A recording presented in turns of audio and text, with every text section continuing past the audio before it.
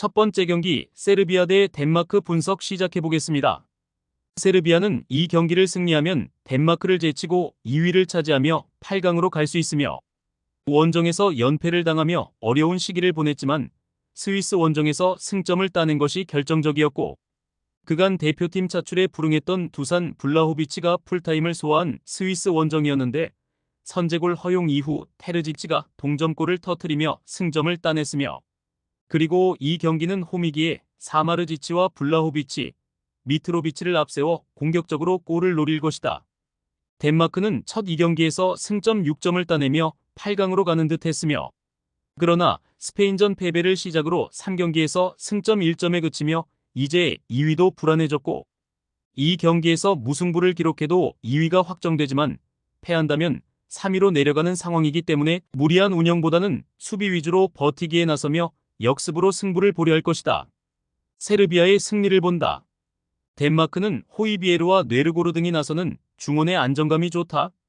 그러나 원정에서는 안데르센을 비롯한 최종 수비가 기복을 보였으며 미트로비치와 블라호비치가 투톱으로 나서 덴마크 수비를 피지컬적으로 몰아칠 것이고 테르지치와 사마르지치가 이선에서 지원할 세르비아가 승리할 것이다.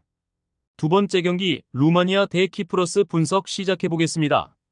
루마니아는 조 1위를 굳힐 수 있었던 코소보전이 경기 직전 관중들의 폭동으로 취소 연기됐으며 세르비아의 우호국이기에 코소보를 나라로 인정하지 않는 루마니아기의 관중들이 코소보를 세르비아로 외쳤고 코소보 선수들이 경기 도중 경기장을 떠났었고 그로 인해 징계도 예상되기에 이 경기에서는 일단 무조건 승리를 따내야 한다. 데니스 맨과 드라구스, 미하일라 등이 스리톱으로 나서 키프러스 수비를 공략할 것이다.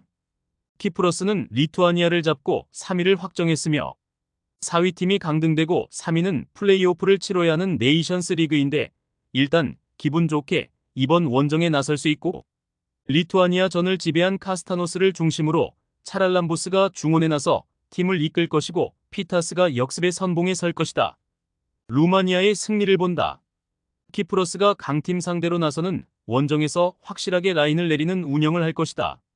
그러나 마린과 스탄치우 등 이번 대회 내내 최고의 활약을 하는 루마니아의 중원 공세를 막아내긴 어렵고 홈의 이점도 살릴 루마니아가 승리하고 1위를 지킬 것이다.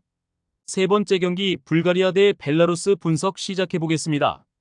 불가리아는 북아일랜드에 승점 2점을 뒤져 있고 그러나 이 경기를 승리하고 룩셈부르크가 홈에서 북아일랜드를 잡아주면 1위로 플레이오프 없이 승격될 수 있고 그러기 위해서는 이번 홈 경기를 승리해야 한다.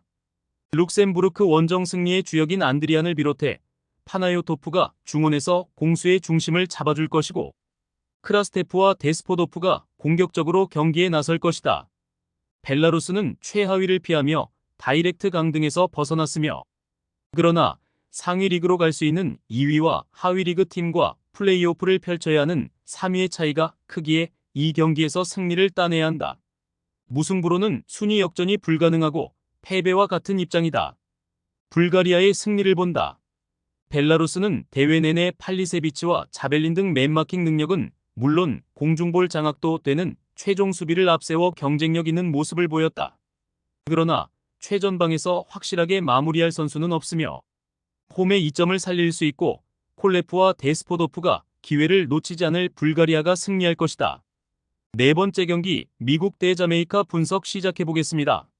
미국은 원정에서 펼쳐진 1차전에서 전반 시작과 동시에 터진 페피의 선제골을 지켜내며 귀중한 승리를 따냈으며 그레이와 베일리, 니콜슨을 앞세운 자메이카의 공세에 후반 고전했지만 잘 버텼고 이제 준결승 진출을 노린다. 말릭 틸만과 리차드 등이 휴식을 취하거나 짧게 나섰기에 이번 홈 경기 풀타임 출전을 기대할 만하고 풀리시치와 무사가 공격을 주도할 것이다. 자메이카는 홈에서 펼쳐진 1차전을 패했기에 이 경기에서 승리가 필요하며 안토니오가 없는 점은 아쉽지만 스파르타 모스크바의 공격수인 니콜슨을 필두로 베일리와 그레이 등 빠른 발로 상대 수비를 넘어설 선수들은 있고 챔피언십 펄시티의 중원을 책임지는 KC 팔머는 이 경기에서 중원을 이끌며 공격에 가담할 것으로 보인다. 미국의 승리를 본다. 자메이카는 베일리와 그레이 등이 특유의 위력적인 측면 돌파를 앞세워 상대 수비를 공략할 수 있다. 그러나 스켈리와 팀 림 등 좋은 팀에서 주전으로 나서는 선수들이 질비한 미국 수비가 쉽게 공간을 주지 않을 것이며 풀리시치의 공격 전개 속에 기회를 볼 것이고 페피가 해결할 미국이 승리할 것이다. 5번째 경기 파나마 대 코스타리카 분석 시작해보겠습니다. 파나마는 선발 스트라이커로 출전한 파르도의 결승 페널티킥 골을 앞세워 1차전을 승리했으며 원정에서 무승부 이상을 노리고 나선 경기였는데 최선의 결과를 얻었고 이제 홈에서 완벽한 마무리를 하며 준결승으로 가려 한다.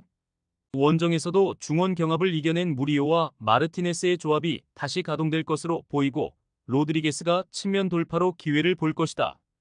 코스타리카는 홈에서 펼쳐진 1차전을 내주며 위기에 직면했으며 아길레라와 브레네스 등 예선에서 잘해줬던 중앙 미드필더들이 파나마 중원 상대로 고전하며 경기 주도권을 내줬고 우갈대는 완벽한 한 차례 기회를 놓치고 말았고 난적 상대로 나서는 원정이기에 전반을 버티기로 임하며 후반 역습으로 승부를 볼 것이다. 파나마의 승리를 본다. 코스타리카는 칼보와 카스칸테 등이 나서는 최종 수비가 나름 안정적이다. 그러나 최전방에서 기회를 안정적으로 해결할 확실한 킬러가 없고 마르티네스와 무리오가 중원에서 안정적으로 수비 라인을 보호하며 경기에 임할 수 있고 홈에 2점도 살릴 파나마가 승리할 것이다. 최종 조합은 영상 아래 고정 댓글로 말 걸어주시면 오늘 정보방에서 무료로 공유해드립니다. 제발 손해보면서 토토하지 말고 다같이 웃으면서 즐겁게 베팅합시다. 함께 하실 분들은 부담 갖지 마시고 편하게 말 걸어주세요.